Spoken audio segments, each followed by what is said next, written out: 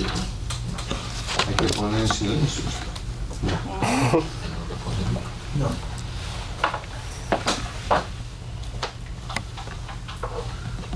YouTube. Un buen día a todos, sean bienvenidos al Inter-American Institute for Democracy este día jueves 29 de mayo del 2025. El día de hoy tenemos un foro titulado Dictadura de Cuba, 66 años de agresión a las democracias. Quiero empezar mencionándoles que el Inter-American Institute for Democracy es una entidad privada sin fines de lucro, es un think tank de los Estados Unidos, cuyo objetivo es la promoción y la difusión de los valores de la libertad, la democracia, los derechos humanos y la institucionalidad en las Américas. Está constituido por académicos, políticos, profesionales, trabajadores, empresarios, hombres y mujeres de distintas nacionalidades.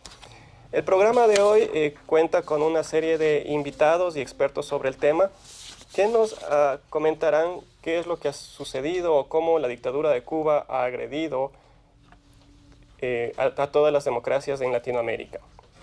Para empezar, quiero invitar al doctor Marcos Antonio Ramos para dar la bienvenida. El doctor Marcos Antonio Ramos es historiador, teólogo de origen cubano, es un muy reconocido clérigo protestante y se desempeñó como moderador de las iglesias bautistas del sur de Miami-Dade. Bienvenido, doctor Ramos.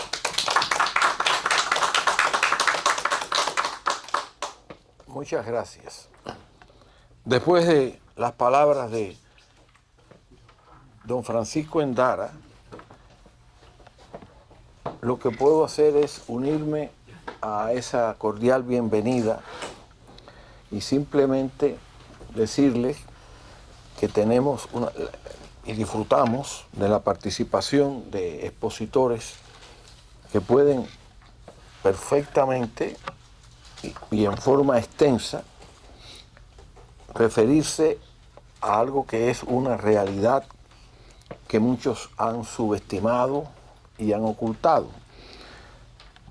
66 años de agresión a las democracias por parte de la tiranía o dictadura, podemos escoger el nombre o las dos al mismo tiempo, de Cuba. Debido a mi edad, como joven octogenario que soy, viví gran parte de lo que constituyó una llamada revolución de la cual nunca participé, pero como cubano, primero residente en mi país y después como exiliado por muchos años, la información, el contacto con personas de distintos países hermanos nuestros, pude comprobar que la agresión ha sido constante y que se remonta a los principios de la llamada revolución, incluso quizás si nos extendemos en la investigación hasta antes de la toma del poder por Fidel Castro en enero del año 59, porque en realidad ya los contactos y las relaciones existían con el propósito de dañar todo lo que representara libertad, democracia y participación libre en todas las actividades humanas, como debe ser una sociedad civilizada en nuestro tiempo.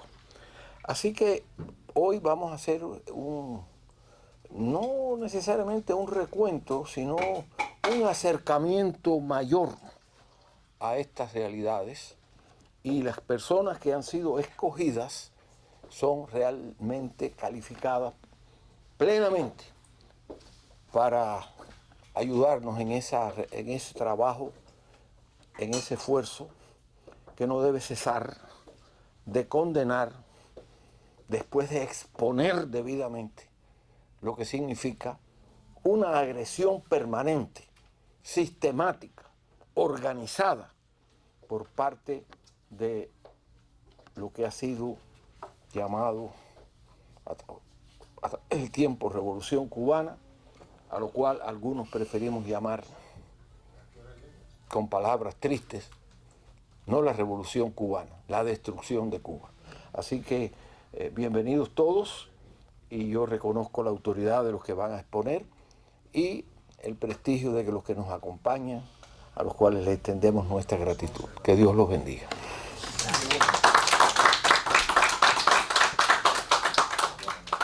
Damos las gracias al doctor Ramos, quien es director del Inter-American Institute for Democracy también. Y seguimos en el foro Dictadura de Cuba, 66 años de agresión a las democracias. A continuación, tengo el honor de invitar a Ileana Labastida como nuestra keynote speaker el día de hoy. La señora Labastida es graduada de la Universidad de La Habana, es una destacada periodista y directora del Diario de las Américas. Bienvenida, Liliana.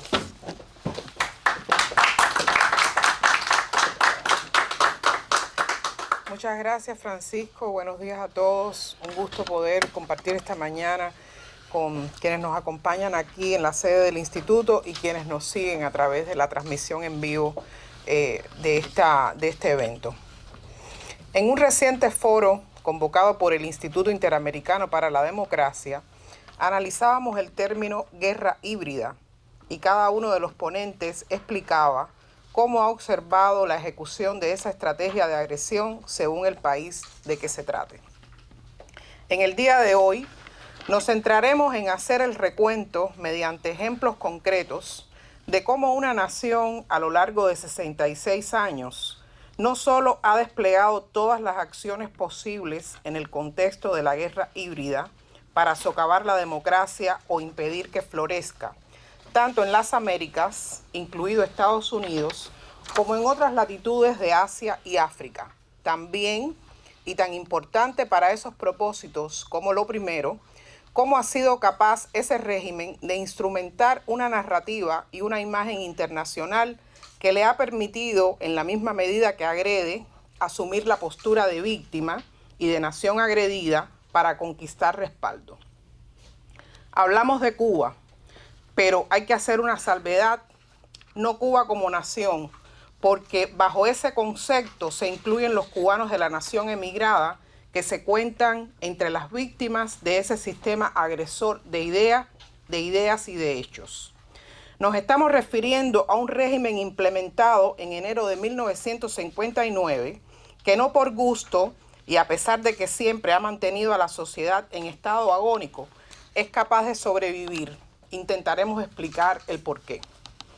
La agresión a la democracia con el régimen impuesto en La Habana como protagonista inició desde el momento en que todo el sistema de valores que sustentaban a la cubanía comenzó a desmontarse a la fuerza.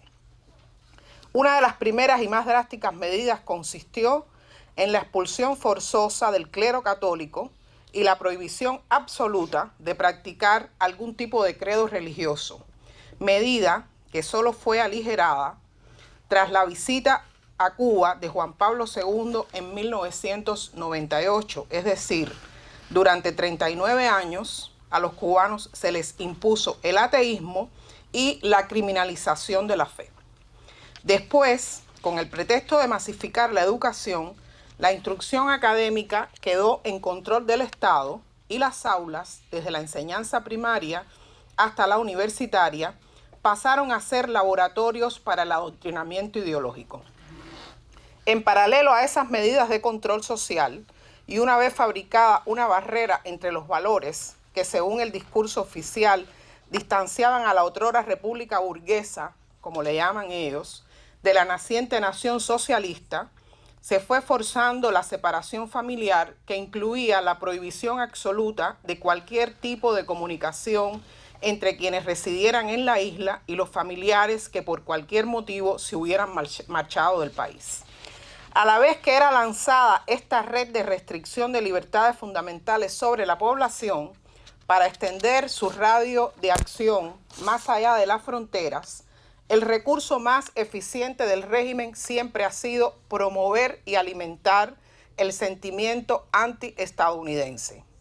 De esta forma, todavía hoy, la dictadura cubana que encarcela a sus adversarios y tiene más de 1000 prisioneros políticos, que promueve éxodos masivos como forma de agresión contra Estados Unidos, que ha enviado y envía tropas para alimentar conflictos bélicos en el mundo, que ayudó a organizar y entrenar guerrillas en países donde han tenido lugar guerras civiles, que tiene nexos probados con el narcotráfico, que trafica con sus profesionales y los utiliza como mano de obra esclava, que comete masacres como el hundimiento del remolcador 13 de marzo y el derribo con aviones de guerra de 2 avionetas civiles de la organización Hermanos al Rescate, de la cual hoy hay una sobreviviente y testigo entre nosotros, todavía hoy, después de décadas de ese prontuario de crímenes, gracias a su eficaz aparato de propaganda, el régimen de La Habana tiene adeptos y cómplices que justifican su actuar,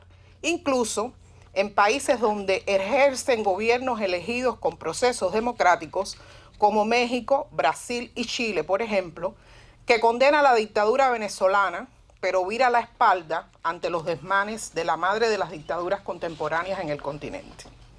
¿Por qué se puede afirmar entonces que durante 66 años el régimen agonizante, pero aún existente en La Habana, ha permanecido agrediendo a las democracias? Pues porque desde que su principal gestor tomó control del país, se lo propuso y estableció una metodología para conseguirlo. Por eso cerró alianzas desde el día número 1 con los enemigos de Estados Unidos y ofreció el país incluso para el emplazamiento militar de una potencia extranjera. Por eso, mediante el espionaje y labores de inteligencia, consigue infiltrar agentes tanto en la academia estadounidense como en las altas esferas del gobierno. Por eso hoy en Cuba existen al menos unos 8 enclaves para el espionaje chino, según revelamos y documentamos en un artículo reciente publicado en Diario Las Américas, que está en su portada. Por eso los medios de comunicación oficialistas desinforman a los cubanos y al resto del continente acerca de la guerra de Rusia contra Ucrania y del serio conflicto que libra Israel contra el terrorismo en el Medio Oriente. Por toda esta relatoría de realidades documentadas que identifican al régimen cubano como un flagrante agresor de la democracia contra otras naciones, palidece ante los hechos comprobables que permiten denunciar a esa dictadura como un sistema totalitario que mantiene secuestrados a la fuerza a millones de personas bajo condiciones de hambruna, insalubridad y terrorismo de Estado contra sus ciudadanos.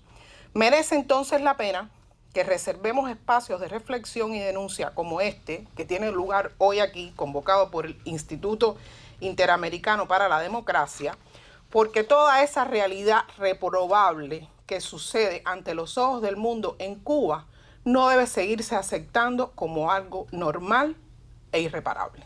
Muchas gracias.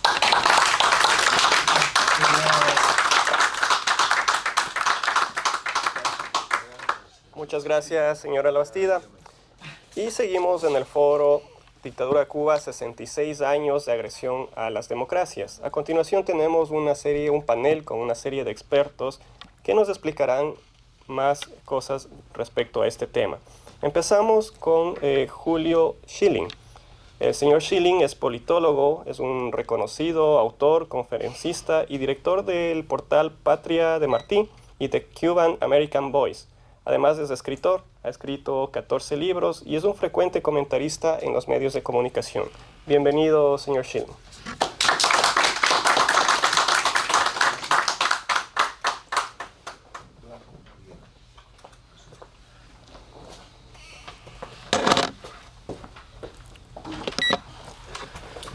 Bueno, primero muchísimas gracias al Instituto Interamericano de la Democracia por tener este evento y por la tarea consistente y contundente a favor de la libertad, de la democracia y la gran necesidad de promover una concienciación democrática para poder vivir libre y, en los casos donde no se ha alcanzado la libertad, poder avanzar hacia ese logro. Cuba comunista, desde que llegó al poder desde el 1 de enero de 1959, lanzó inmediatamente y tuvo claro que su misión era convertir a Cuba en la base de subversión marxista en el continente, en el hemisferio occidental, principalmente América Latina, aunque América Latina no fue su único propósito. John William Cook, el marxista argentino que en los años 50 llevó a cabo una guerrilla en Argentina, a la década de los 50, a la semana ya estaba en La Habana. Ya estaba en La Habana en los preparativos y no fue el único. Cuba Comunista se encargó de notificar a todos los movimientos a través del continente para decirle, desde ahora en adelante vamos a llevar a cabo estas guerras para promover el comunismo. No había terminado el mes de enero, cuando llegaron al poder, que ya Fidel Castro estaba en Venezuela intentando de convencer al presidente Rómulo Betancourt para que se uniera a ese esfuerzo, cosa que el presidente Betancourt inmediatamente se dio cuenta de los propósitos del difunto tirano. No ha habido escatismo, no ha habido reserva, no ha habido pudor, excepto la limitación impuesta por la fuerza para impedir secuestros, asesinatos, apoyo directo de fuerzas cubanas en territorios extranjeros, entrenamiento de cuerpos para establecer guerrillas, utilización del cuerpo diplomático, financiación de elecciones, promoción de golpes de Estado, impactando empresas para que cooperen con el propósito revolucionario. Ya en el corto año de 1959, ya Cuba había llevado más de un puñado de incursiones en sus vecinos de América Latina. Esto continuó y hay que señalar que una de las primeras tareas cuando llegaron al poder fue destruir los bancos de datos del régimen previo sobre la conexión de la Unión Soviética con agentes en Cuba. Esto se llevó a cabo precisamente para eliminar el rastro y la conexión que muchos entendían ser el caso, pero por fallos de inteligencia, entre ellos de los Estados Unidos, no se percató de la clara conexión entre los hermanos Castro y la inteligencia de la Unión Soviética. De 1959 a 1989, el método preferido fue guerrillas, financiación de guerrillas, utilizar el territorio cubano para preparar las tropas, apoyo logístico como banco del dinero que secuestraban, de las personas bancos que asaltaban. Cuba fue una base contando con los recursos de la Unión Soviética, pero también preparando a los cuerpos subversivos a través del continente que se pudieran autofinanciar. La teoría de guerrilla foquista que engendró Ernesto Guevara tuvo gran receptividad por los momentos que se estaban viviendo en el ámbito cultural.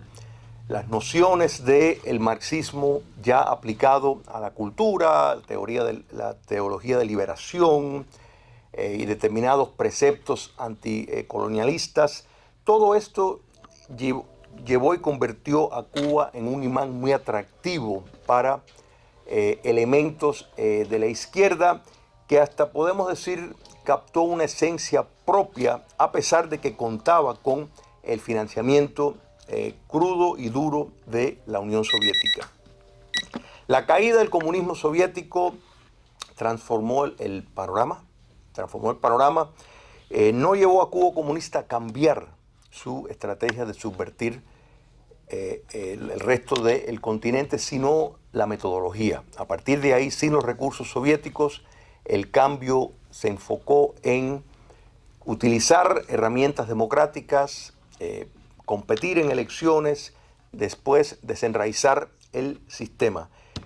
Este fenómeno sigue hasta este momento y tristemente ha tenido mucho más éxito el castrocomunismo a partir de la caída del comunismo soviético con esta nueva metodología. Para concluir, es esencial que los líderes democráticos del continente entiendan que mientras Cuba comunista exista, no va a haber paz, no va a haber justicia, ni mucho menos una libertad asegurada si existen en el poder. El enfoque debe de ser vías de liberación, empezando por su base principal, que con la liberación de Cuba habrá una cesación inmediata de ese foco del mal en América Latina. Muchísimas gracias. Muchas gracias, señor Schilling. Seguimos ahora desde Bolivia. Tenemos un experto y tengo el gusto de presentar al señor Sergio Vega. El señor Vega es presidente del Colegio de Politólogos de Santa Cruz, es licenciado en Ciencias Políticas y Administración Pública. También cuenta con un posgrado en Comercio Exterior. Bienvenido, señor Vega. Muy buenos días, gracias por el espacio y muy agradecido, ¿no?, con el Instituto Interamericano por la Democracia, agradecido por la invitación de mi colega, ¿no?, y también personaje muy importante para la democracia en Bolivia, que es el señor Carlos Sánchez Berzaín.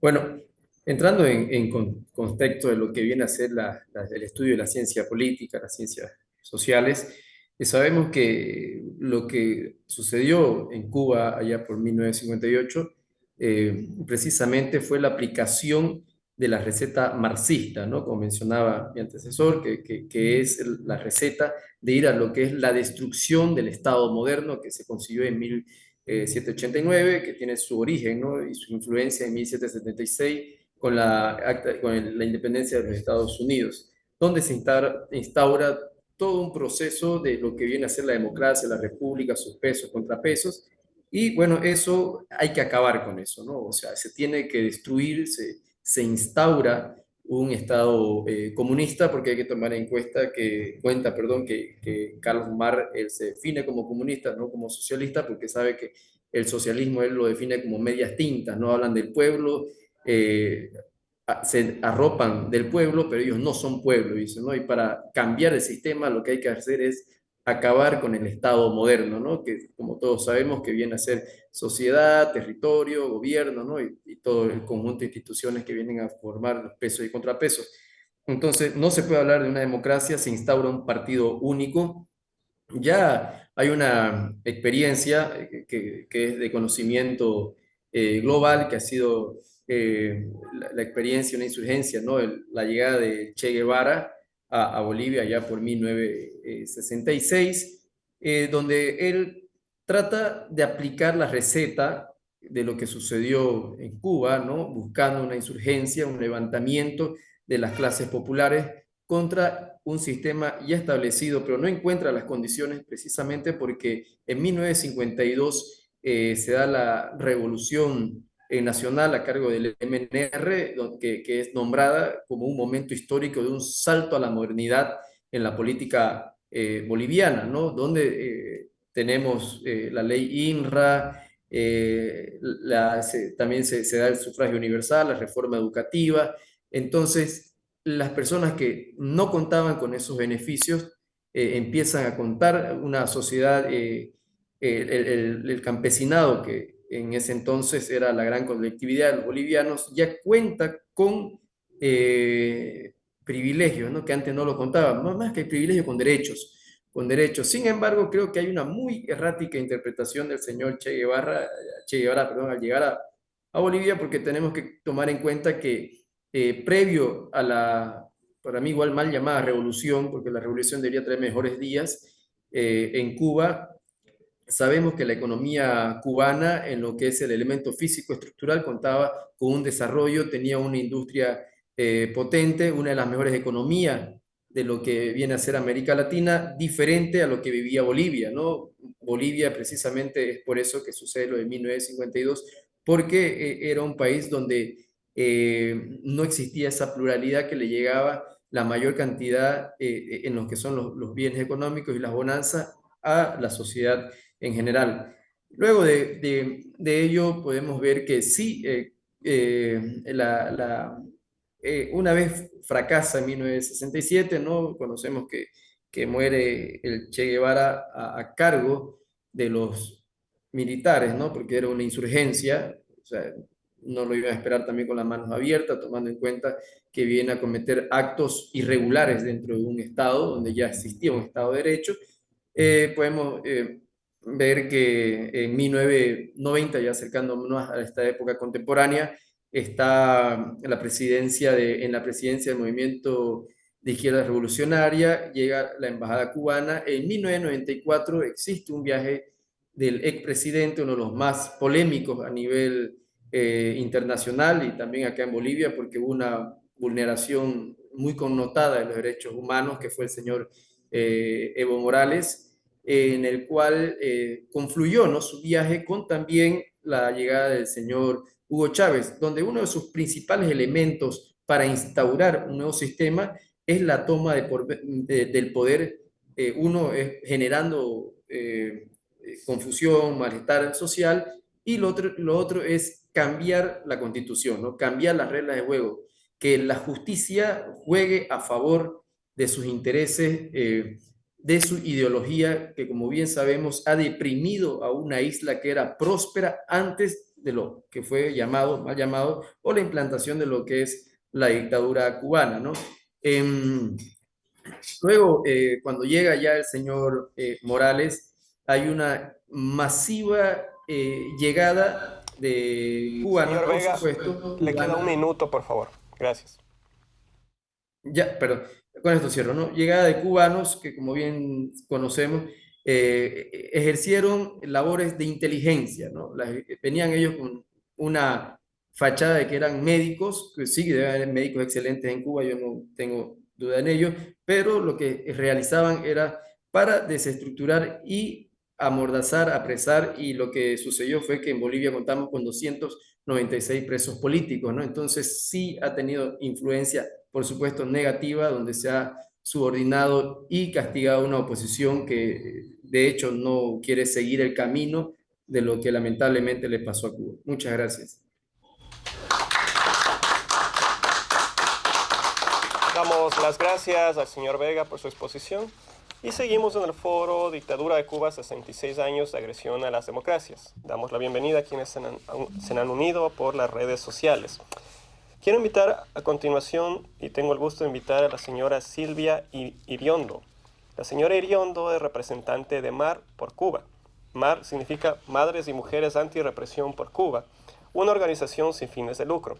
La señora Iriondo ha recorrido el mundo alzando su voz para denunciar las violaciones de los derechos humanos en Cuba, los crímenes perpetrados por la dictadura castrista y en reclamo de las legítimas aspiraciones por la libertad de su pueblo. Bienvenida, señora Iriondo.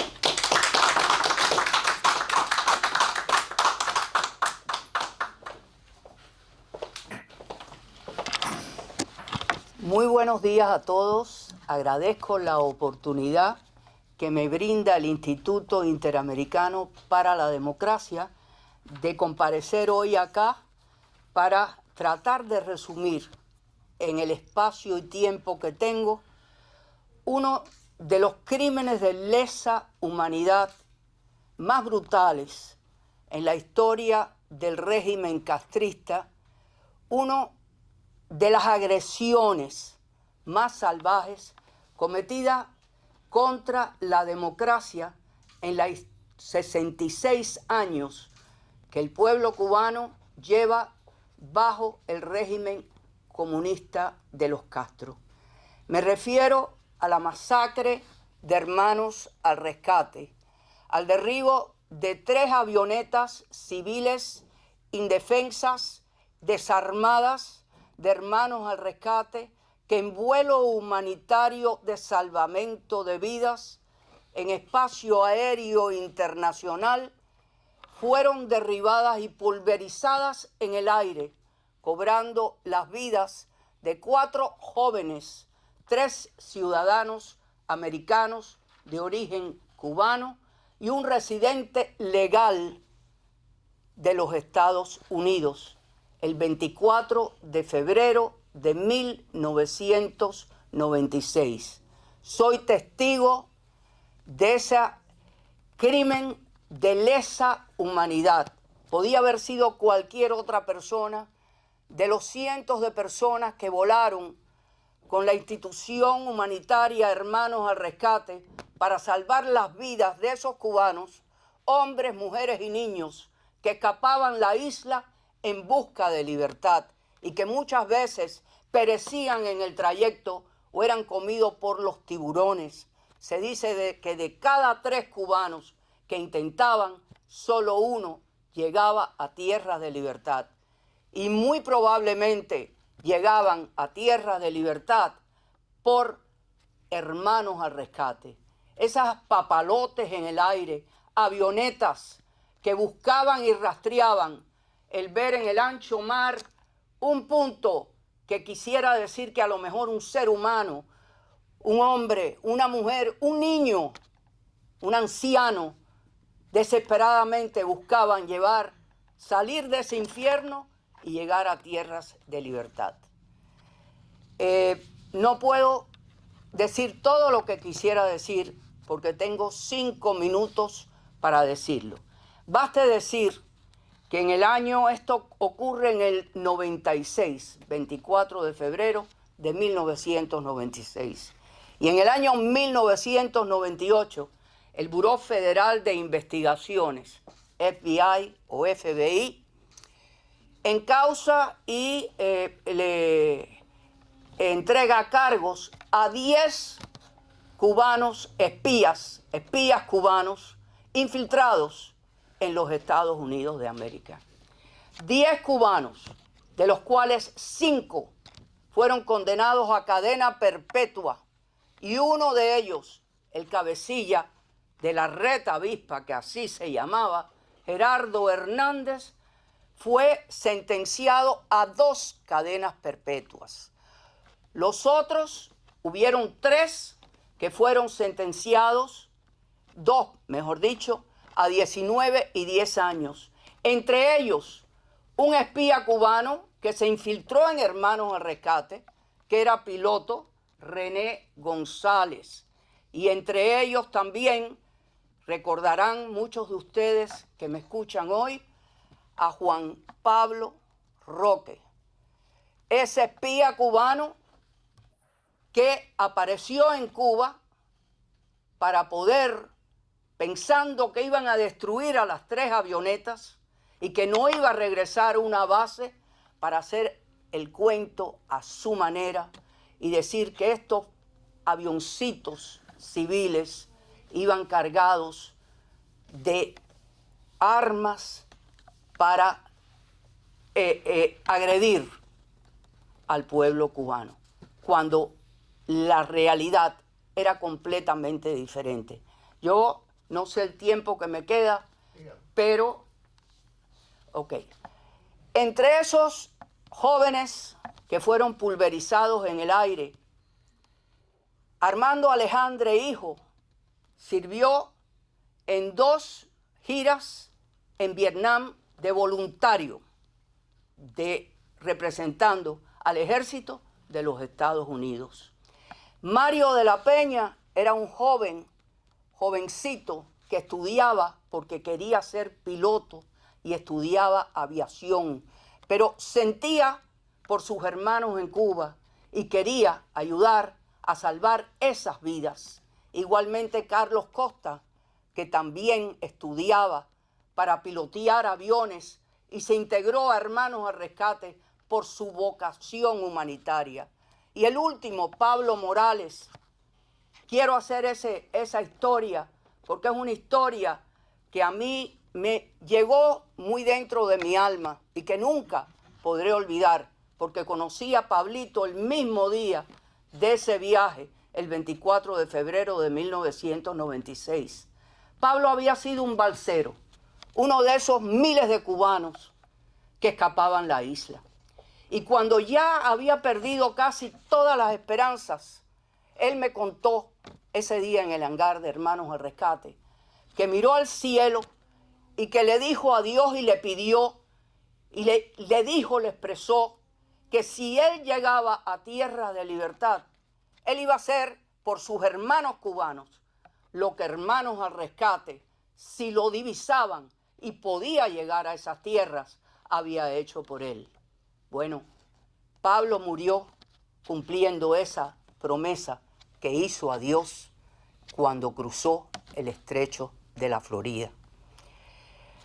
De los espías cubanos, la Red Avispa, lamentablemente, en el año más tarde, unos años más tarde, bajo la administración de Barack Obama, la sentencia de Gerardo Hernández, el cabecilla y responsable de esta red que infiltró bases americanas, que transportó armas de contrabando, que puso y envió por correo bombas y que infiltró organizaciones exiliadas cubanas como el Movimiento Democracia, como Hermanos al Rescate, donde estaba René González y el Movimiento Democracia, y Juan Pablo Roque, que también estuvo ligado con la Fundación Nacional Cubano-Americana, que lo ayudó a publicar su libro. Bueno, pues señores, esa red de espías, Gerardo Hernández, que había sido sentenciado a 2 cadenas perpetuas, y quiero hacer un punto aquí, en el jurado y en el juicio no había un solo cubano-americano como parte de ese jurado. Así que, y fueron condenados todos, Gerardo Hernández, a 2 cadenas perpetuas. Bueno, pues bajo esa administración y en el momento en que se quería llegar entre los Estados Unidos al deshielo con el régimen comunista de La Habana, la sentencia fue conmutada, la sentencia de esos 5, y todos fueron regresados a Cuba.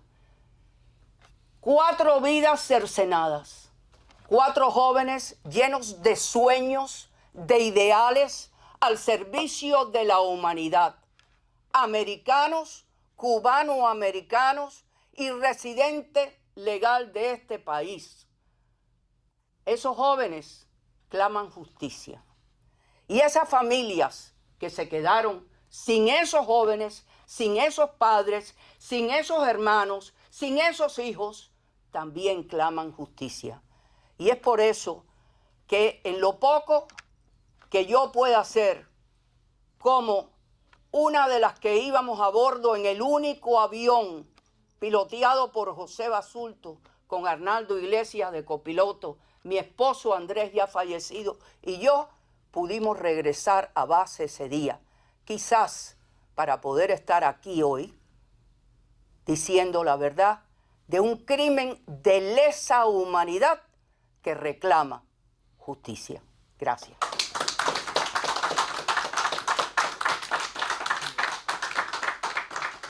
Muchas gracias, señora Irondo. A continuación seguimos con la señora Maybor Petit. Ella se contacta desde Nueva York. La señora Petit es una reconocida periodista de investigación venezolana. Trabaja para medios hispanos también. Se convirtió en la voz de la comunidad latina en Nueva York, además de haber combatido la censura impuesta por el gobierno en los medios venezolanos e informado sobre casos de corrupción, narcotráfico y lavado de dinero. Bienvenida, señora Petit. Hola a todos, un gran saludo desde acá de Budapest, agradecida a la organización que nos ha invitado a tocar este tema tan importante como lo ha sido la intervención y prácticamente la colonización de Cuba en Venezuela. Empezó cuando llegó la Revolución Cubana al poder en los años 60 y que intentaron exportar a través de la vía de las armas. Es importante recordar un punto estratégico en esta parte de la historia, como fue la llegada a Machurucuto en el año 1967 de esos grupos insurgentes que buscaban a toda costa conseguir y entrar al poder. Pero no se logró. Hubo luego un proceso en el que se empezó adoctrinamiento de cuadros, ocupación de puntos importantes en universidades y centros de discusión en partidos políticos, y también a través de todas las alianzas que se establecieron con los grupos de izquierda que respondían a los intereses del factor cubano. Hubo un periodo muy fuerte que luego se sobrepasó, hubo normalización de esas relaciones y adicionalmente a ello empezaron a tejerse redes que luego concluirían con la llegada al poder de Hugo Chávez. En ese tejer de redes Hubo intervención, llegada, adoctrinamiento, educación, planificación, desde algunas de las etapas de la Fuerza Armada, así como también en las universidades donde el castrismo jugó un rol fundamental.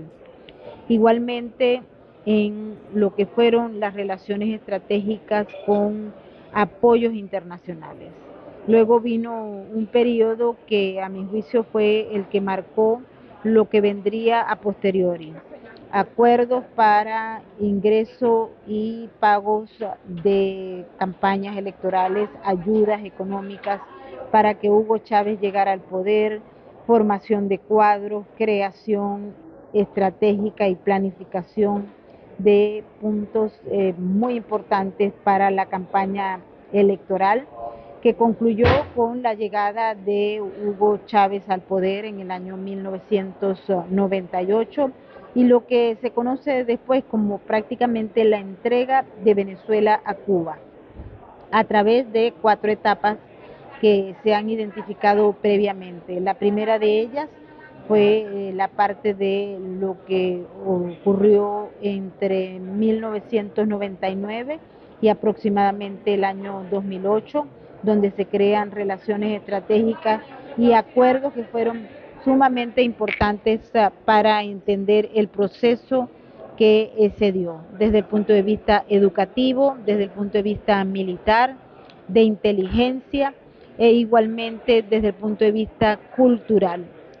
Empezó un proceso de transición en Venezuela, donde hubo cambios de cuadros y prácticamente de doctrina. Luego vino una etapa en la que ya se construyó esa plataforma de apoyo diplomático, de apoyo internacional, de creación de organismos, por ejemplo, como el ALBA, en el año 2004, que sirvieron como vehículo para que la revolución bolivariana, en conjunto con el castrismo, se multiplicara. Los acuerdos petroleros a través de los cuales Venezuela entregó petróleo a Cuba no pueden dejarse de lado en este proceso de integración, al igual que todo lo que vino a posteriori. Hubo una crisis cuando muere Chávez, sin embargo, ya Cuba había sembrado todos los elementos que se requerían para que se mantuviese la revolución en el poder con el apoyo del castrismo. Hubo prácticamente un copamiento en varios de los foros internacionales, apoyo estratégico del aparato de inteligencia cubano con el venezolano y con otros socios estratégicos. Estamos en estos momentos en un punto que muchos han llamado de quiebre, otros lo llaman de avance significativo porque hay un cambio importante en todo lo que ha sido la estructura y la planificación del castrismo en Venezuela, junto con otros aliados que son muy importantes, como Rusia, por ejemplo, China, Irán y otros. ¿En qué punto estamos ahora? Creo que si bien hemos avanzado en expandir todo este modelo para que la gente fuera lo pueda entender, aún quedan estructuras que no han sido penetradas desde afuera ni desde adentro, y eso ha hecho que el régimen, a pesar de todas las circunstancias que vemos en estos momentos, se mantenga en el poder. Es necesario, a partir de esta situación que tenemos, luego de las elecciones regionales venezolanas, que obviamente fueron una farsa, poner de manifiesto frente a la comunidad internacional que Venezuela todavía es salvable. Es decir, existen mecanismos a través de los cuales se puede romper la estructura que se ha creado no solamente en los 26 años de mandato del régimen venezolano, sino también en lo que se sembró en el siglo XX. Estamos en el momento, pareciera que no hay por ahora en el marco de lo que es la ayuda internacional un consenso para lograr un camino importante que pueda romper esta estructura, pero creo que se ha avanzado y hay que mantener la causa venezolana en los escenarios internacionales, así como también trabajar con las fuerzas que quedan internas en el país y con los venezolanos que ya tienen una conciencia clara de lo que representa el régimen para poder producir un cambio, y el tema del crimen organizado, seguirlo. Damos las gracias a la señora Petit. Seguimos en el foro Dictadura de Cuba, 66 años de agresión a las democracias. Invito a continuación al presbítero Juan Lázaro Vélez. El señor Vélez es un connotado sacerdote con gran trayectoria de servicio pastoral y misión pastoral al servicio de la libertad. Salió de Cuba a los Estados Unidos hace 3 años y actualmente colabora con sus escritos en el diario Las Américas. Bienvenido, señor Vélez.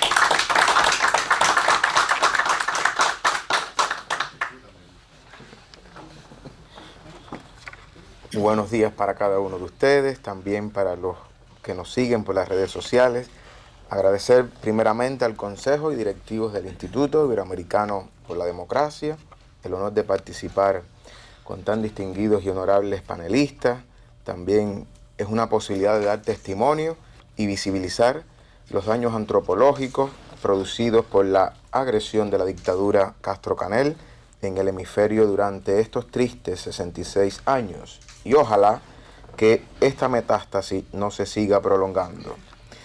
Quisiera empezar citando un breve fragmento del discurso pronunciado por San Juan Pablo II en el año 96 debido a la problemática migratoria, y como bien sabemos nosotros en este gran país nos han inoculado y también nos han penetrado a agentes y exagentes de la seguridad del Estado.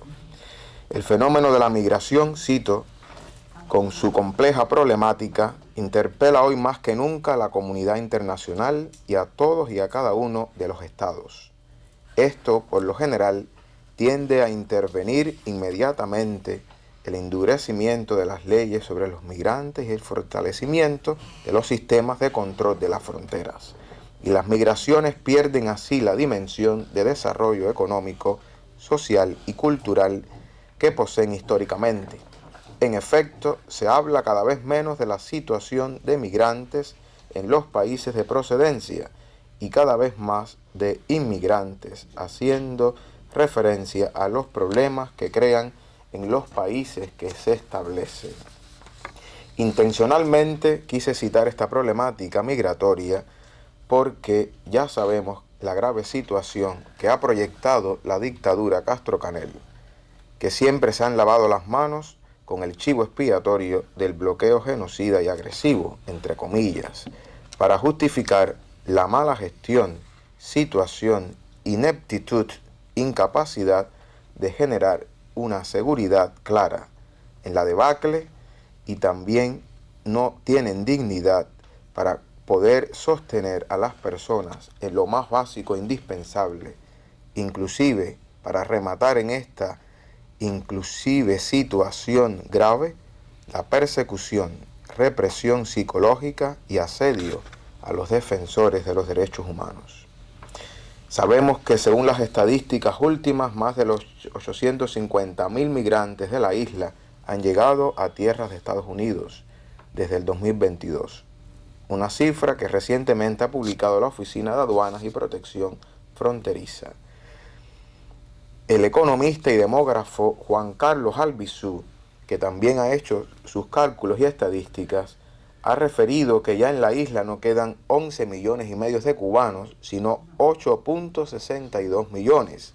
Con toda seguridad, este analista sitúa en una debacle la situación demográfica de Cuba. También el Centro de Estudios Convivencia ha hecho un profundo informe sobre el tema migratorio que recomiendo a todos citarlo y nutrirse del mismo, gracias a su director y a su equipo, Dagoberto Valdés Hernández. Hay que profundizar y también pensar que Cuba necesita hoy, para su presente futuro, una estabilidad, porque sabemos bien que el hemisferio peligra por culpa de la dictadura en el poder, la dictadura militar Castro-Canel. Por eso la patria necesita de nosotros aquí en el pulmón del exilio para poder ayudarles a poder pensar mejor, a soñar mejor y a tener grandes proyectos de vida para que tengan una capacidad de ofrecer una mejor casa Cuba. Creo que nos los merecemos todos, los de la isla y los de la diáspora. Cuba se merece librarse del agotamiento constante, del yugo opresor que le desangra y oprime a sus hijos, sin contar aquellos que mueren en el anonimato de venir a tierras de libertad. Como bien decía el padre y venerable Félix Varela, que nos enseñó primero en pensar en cubano: no hay patria sin virtud, ni virtud con impiedad. Viva Cuba libre, patria y vida.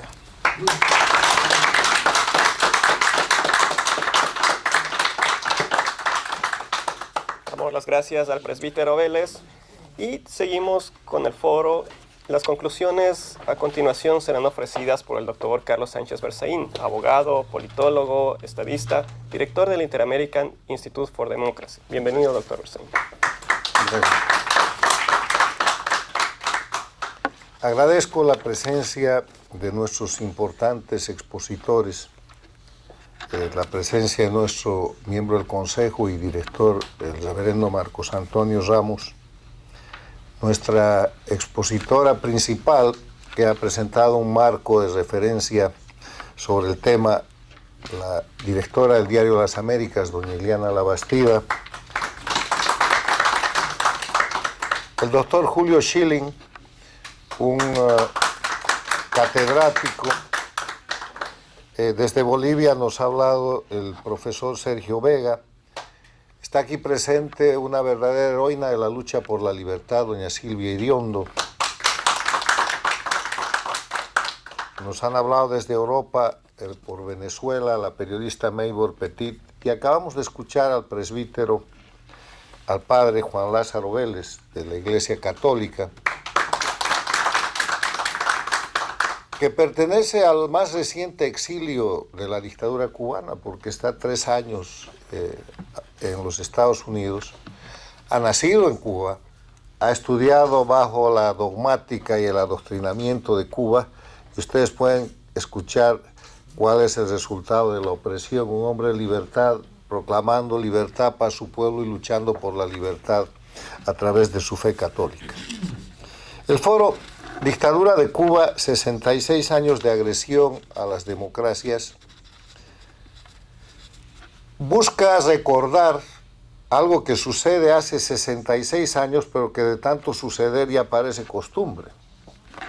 Y es que un grupo de delincuencia organizada que se ha transnacionalizado comete todos los días todo tipo de delitos y de crímenes contra todas las democracias de las Américas y otras del mundo, y permanece en el poder con impunidad.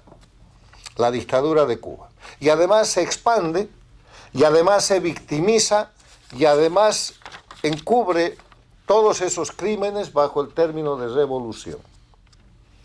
Una primera disquisición de carácter académico, doctrinal. ¿Se puede llamar revolución al crimen? ¿Qué quiere decir revolución? A veces tenemos nosotros la idea de que la revolución es una acción violenta, armada, que cambia las cosas, porque estamos mirando la Revolución Francesa, o la Revolución Americana, o las revoluciones de independencia en los países de Latinoamérica.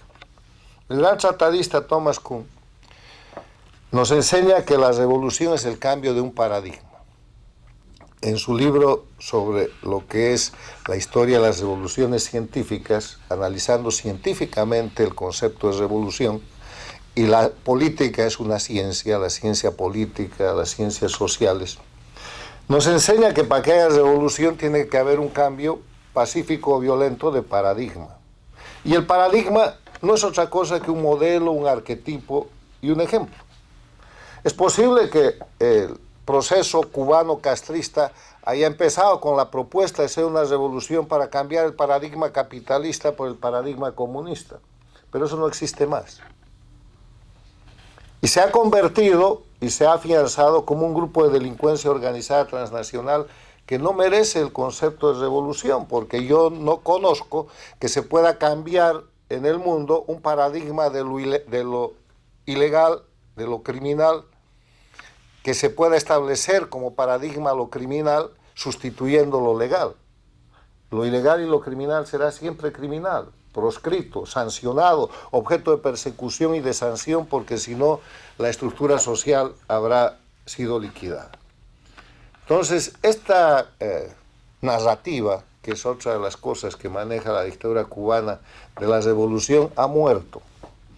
Hoy día hay que ver a Cuba y a la dictadura cubana como una organización criminal transnacional histórica, la más efectiva y la más eficiente, y tratarla como tal.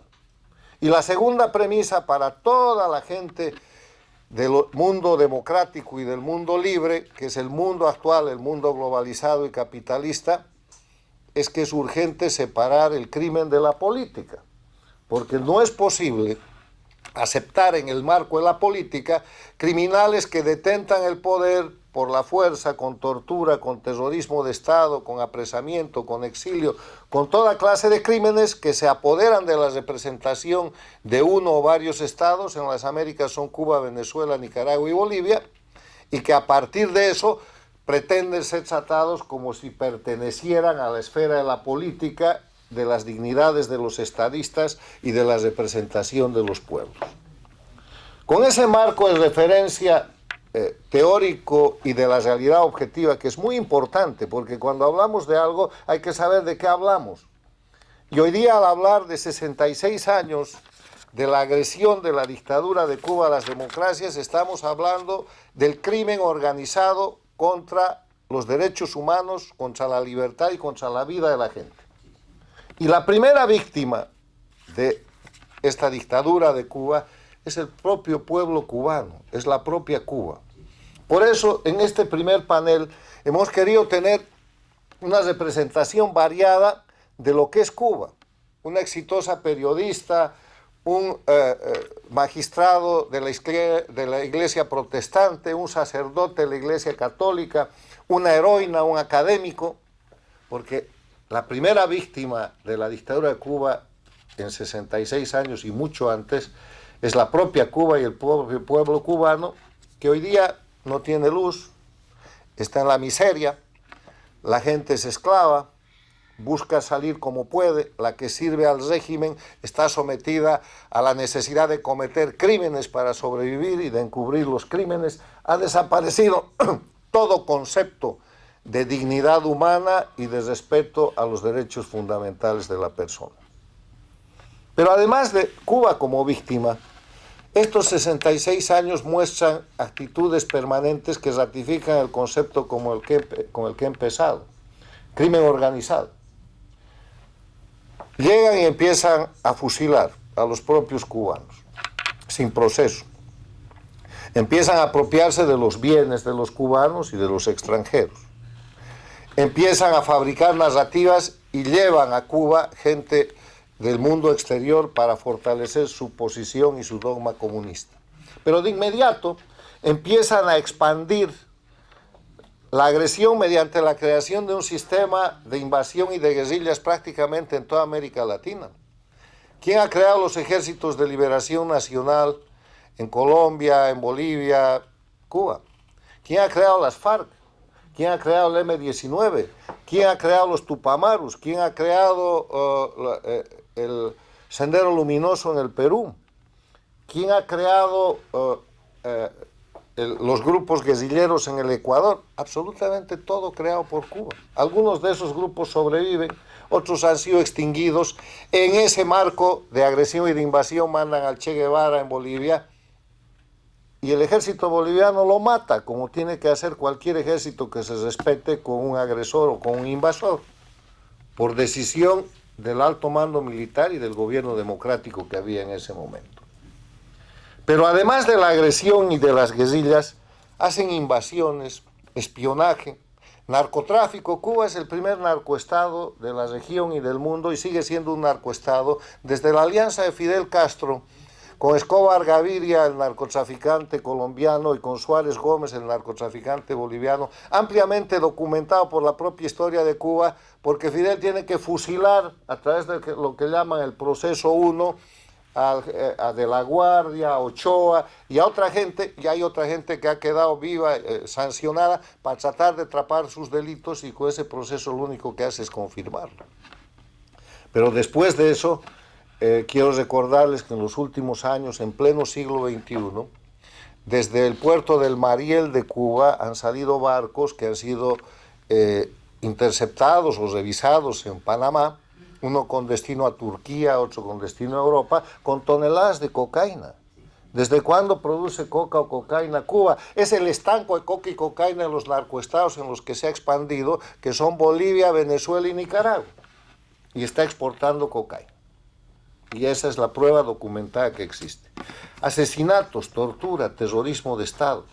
Cuba ha exportado el terrorismo de Estado como técnica para permanecer indefinidamente en el poder. Miren Venezuela, miren Nicaragua, miren Bolivia. Es la repetición del sistema cubano aplicado por los cubanos. Para hablar del ejemplo que menos se quiere mencionar, de Bolivia. En Bolivia, la dictadura de Cuba controla el sistema de seguridad del Estado, la seguridad del dictador en ejercicio y del dictador en jefe, la de Arce y la de Evo Morales. Controla la educación, ha cambiado todos los textos educativos y tiene asesores de educación. Cobra por asesoramiento agropecuario. Han quebrado la industria agropecuaria en Cuba, pero asesoran y cobran en Bolivia, en Venezuela y en Nicaragua por ese concepto. Tienen médicos esclavos. No solamente en Bolivia, en México, en Brasil, hay esclavos cubanos porque el cliente le paga el dinero al Estado cubano, que mantiene secuestrada a la familia y retenidos los documentos del esclavo que está trabajando porque no recibe el fruto de su trabajo. Todos estos delitos y todos estos crímenes son un apretado resumen de algo que está pasando hoy día. Y agréguenle esto, la migración forzada. Migración forzada que produce Cuba, forzando a la gente que tiene miedo por su vida a salir del territorio cubano por millones. Se estima que Cuba en los últimos 66 años ha perdido cerca del 50% de su población, pero que les resulta un grandísimo negocio porque con eso ejerce presión a los países receptores, se victimiza, mantiene el discurso antiimperialista, penetra esa migración forzada con espías y con gente del crimen corriente y del crimen transnacional que después opera para desestabilizar al país receptor, como estamos viendo ahora. Y finalmente, cuando esa gente se hacienda, manda dinero a través de las remesas. Y cuando el país que origina las remesas quiere cobrar un pequeño impuesto, todo el mundo grita. Han repetido esta fórmula en Venezuela, que por el tamaño del país ha sacado 8 o 9 millones de venezolanos y se siente más, pero no es que es un ataque contra el imperialismo norteamericano. La migración forzada ha presionado igual a Panamá, a Costa Rica, a México, que no se queja, al Brasil, a Colombia. Miren la situación del Ecuador. Perú y Chile casi han tenido una disputa porque ninguno quiere tener a los venezolanos. Chile acaba de hacer un operativo y ha capturado 29 miembros del Tren de Aragua que forman parte del crimen que desestabiliza su país. La Argentina, Uruguay, toda la región y parte de Europa afectada por esa migración forzada, por gente forzada a dejar por miedo su país, que se convierte en un arma de agresión en el marco de la guerra híbrida. De esto se trata los 66 años de agresión de las democracias, y si esto fuera historia estaría bien, pero esto está pasando, y sigue pasando, no es que se ha terminado. El problema es que son 66 años de agresión a las democracias y la pregunta es ¿hasta cuándo? Y la otra pregunta es ¿por qué?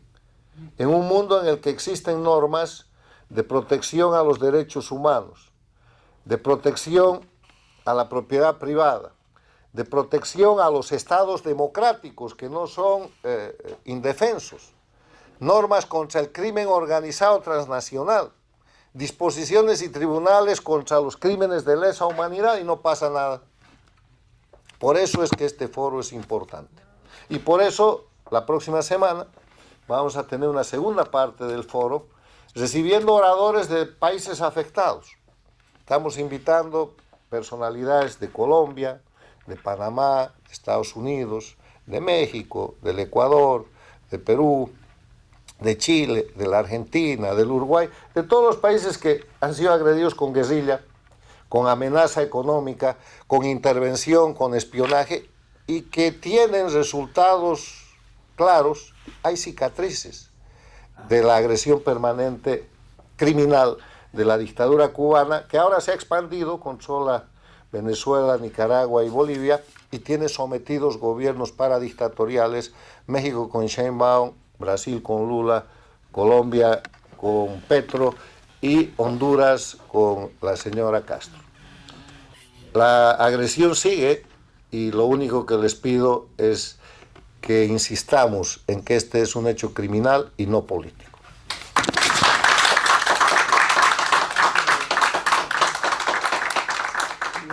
Con esto concluimos el foro Dictadura de Cuba, 66 años de agresión a las democracias. Damos las gracias a quienes nos han visitado acá en el Inter-American Institute for Democracy, quienes se han ido por las redes sociales. Y les recordamos, como dijo el doctor Berzaín, que el próximo martes 3 de junio tendremos la continuación, la segunda parte de este foro. Muchas gracias.